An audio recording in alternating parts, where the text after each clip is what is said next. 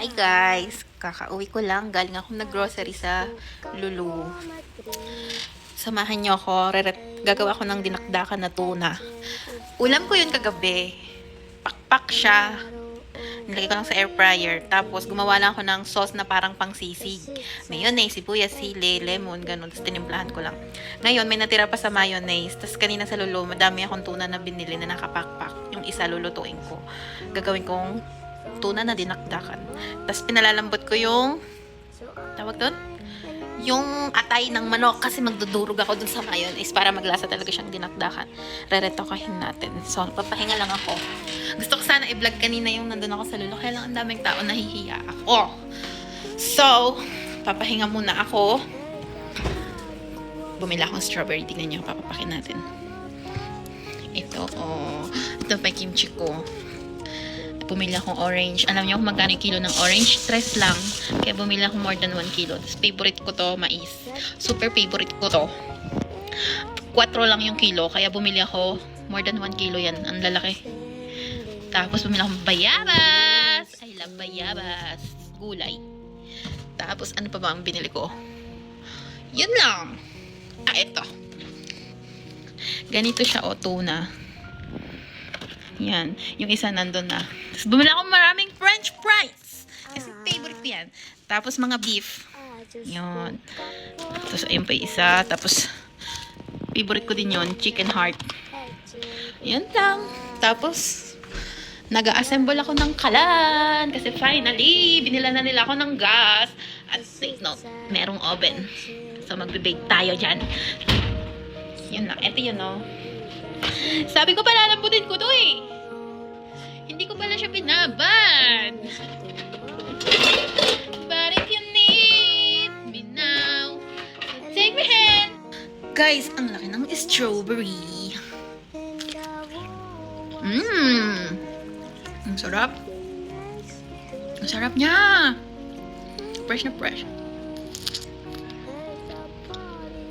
Kanaan ba na dahon? Sarap. Ganda nito.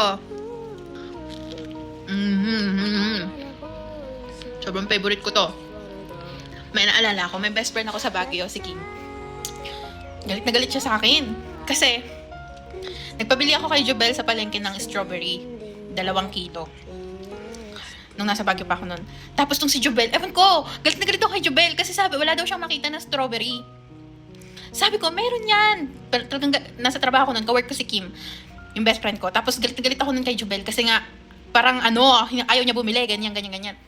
Tapos talagang pinilit ko siyang bumili. Tapos pag uwi, kasi doon sa bahay natulog ng si Kim, pag uwi namin, andun na yung strawberry. Pagka uwi, ganito, 2 kilo, binanatan ko. Sabi sa akin ni Kim, okay lang naman mag-crave. Sabi niya gano'n, okay lang mag-crave ng strawberry. Sabi niya, pero 2 kilo talaga. Sabi niya, 2 kilo. Hindi niya kasi betang strawberry. Ewan ko, sobrang sarap kaya. Kaya, like ko naalala yun. Galit na galit sa akin si Kim talaga nun. Gusto niya akong sapakin. Kasi talaga, yun na kinain ko, 2 kilong strawberry. So, luluto na tayo. Luto na yung rice ko. Ito yung natira ko. Tapos bala ko din gumawa ng macaroni salad. Yung matamis.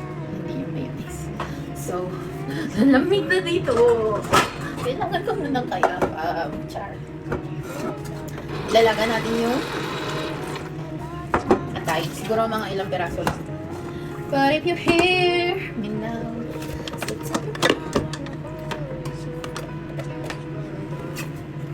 tigas pa din siya. Pero na.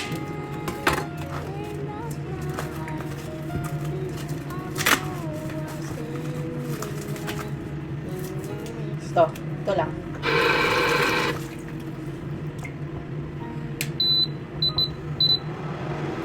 So, ibalik na natin sa rep tong atay. Itong asin, hindi ko na to, itong tuna, hindi ko na to aasinan. Sure, pak.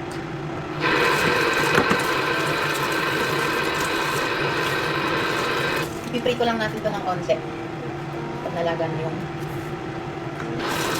atay. So, ito yun. Ito siya, guys. May natira pa ng chicken. Ayoko na masyadong mamayo. Kasi sibuyas na nakuha.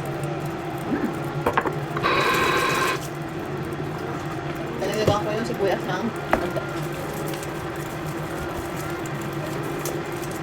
Basta. Balatan na natin sibuyas. Iwain na natin. Kaya tamad na ako namin yung isang kalan. Kasi hugas na naman ako ng pangkaterba. Ang lamig kasi. Tinatamad ako maghawak-hawak ng tubig, guys. Ganun din ba kayo pag winter season? Hindi pa naman masyadong winter dito. Pero palamig na ba siya? Malamig na siya pag umaga, pag gabi. Mas malamig na yung singay ng hangin. Hindi na siya ganun kainit. Tapos naman, pagka summer naman dito, ay grabe naman din talaga sa kainitan. So, ayan. Nagdagan ka pa ba'y sili?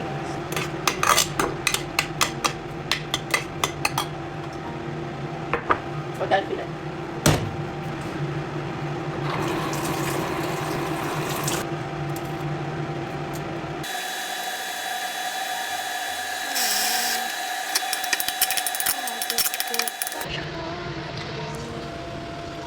But if you hear me, it's my first time to eat sisig tuna, dinakdakan na tuna. I'm gonna close all the doors because I really feel so cold. I can take it anymore. So, balikan na natin, guys. Ay. Kabilang sideline na luto.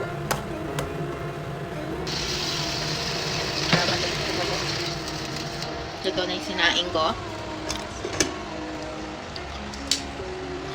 Bilisan mo naman! So guys, I think pwede na to kasi kulong-kulo naman na siya. Pwede na yan. I know what you want from me. You know what I want from me. Tapos, isasalang natin to. Ulit. Piprito natin yung isda. Tapos dudurugin na natin to. Maduro. Kuha tayo ng tinidor. Ay!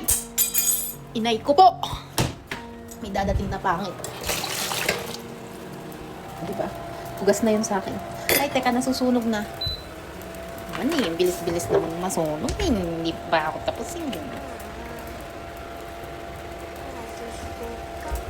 Ano what you want from me? Oo, sandali. Huwag kang manglalaban. Kasha ba? Ayan na. Isuso natin siya namin sa onte. Tulog natin to. Sikat na itong rice.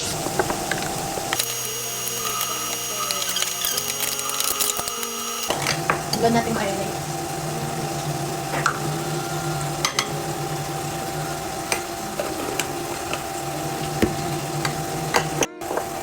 So, dinagdagan natin ng mayonnaise. I think kailangan pa.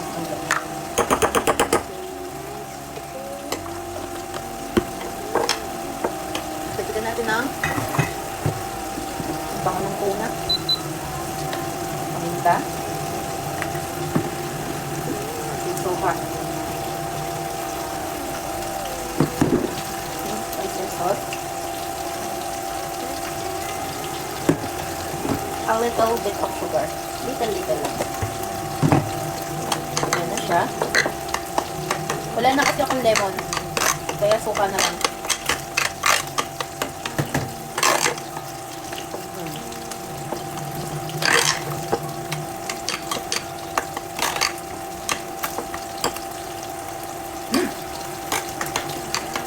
Very nice. So yummy. I'm hungry na.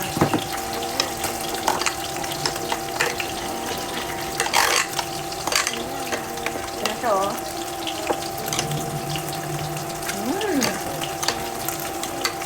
Sarap. Sibuyas pa lang to, ah. Gusto ka na dyan. Wala, dumikit. Ano ba yan? Ang pangit naman yung pangituan ko. Ilipat ko nga din sa kawali. Tinatamad kasi ako maghugas, eh.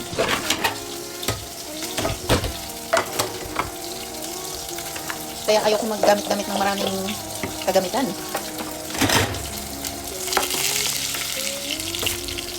Baka malusaw ka.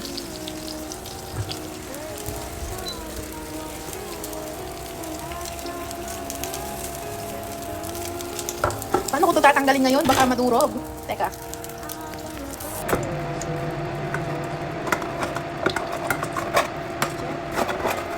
Diba? Hindi naman siya nadurog, guys. Diba? Curry lang.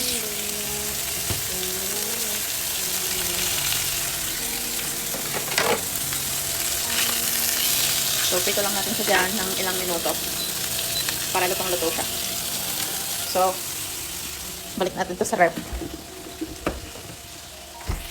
Luto na, guys! Pinatay ko na yung apoy. Diba? Ganun lang sa kadaling lutuin. Ang sarap nito. Piprito sa toyo na may kamatis. So, paano natin siya hihawain? So, gagamit talaga tayo ng pangkalan. Ay, nako! Need natin gumamit ng pangkalan. So, maghuhugas talaga tayo ng makarami. Pangkambe! Ginawalawan sa nito. Sarap. Gusto ko kumain ng piniritong tuna na may sausawan, toyo at kamatis na may sibuyas.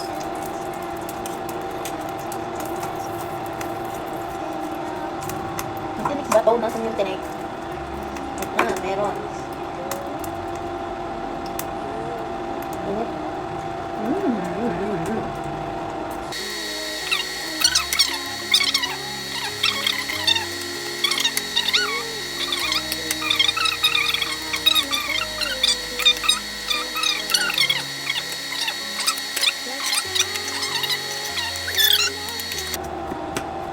Bahala naman may matinik. Tinatamad natin may umiyak ko din niya. Nalala ko sila, Ate Days. Dito sa tuna, yung ganitong isda, o lahat ng klase ng isda. Yung kulay brown na part, ayaw nila yun. Sila magkakapatid. Tapos, kami naman dun sa Pangasinan, mga pinsan ko ako. Si Austin, yung kapatid ko. Nag-aagawa naman kami dun sa color brown kasi ang limang namin yan, sarap. Kaya naman sa Subic, pag kumakain kami ng inihaw na isda, o kahit anong isda, yung mga brown, kinukuha ko talaga kasi ang sarap niya.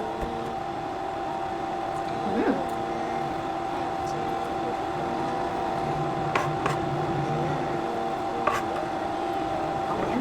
Ayan na yung brown. So, yan. Rock. Tignan natin. Wait. Extra rice. Sino kayo dyan? Ang sarap. So, kakain na tayo, guys. Magsasandok na. So, napapansin niyo, hindi na ako gumagamit ng serving spoon. Mag-isa ko lang po dito. Kaya, hindi na ako gagamit kasi ako lang naman kakain. Ayan na siya. Sili-sili. Sili-sili. Kainin natin sili. First bite tayo, guys. Dapat makita nyo. Wait lang. First bite. Alam nyo ba, hindi ako nag-enjoy sa mainit na kanin. Mas nag-enjoy ako pag malamig yung kanin. Kaya pagka naluto na yung kanin ko, binubunot ko na yung saksakan, tapos minsan bibuksan ko pa yung kaldero. Yung takip, aalisin ko para lumamig siya agad.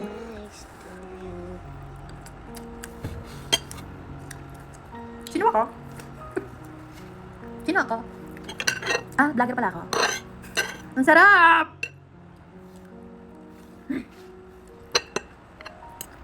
Ano yan? Try nyo gumawa nito. Ang sarap niya.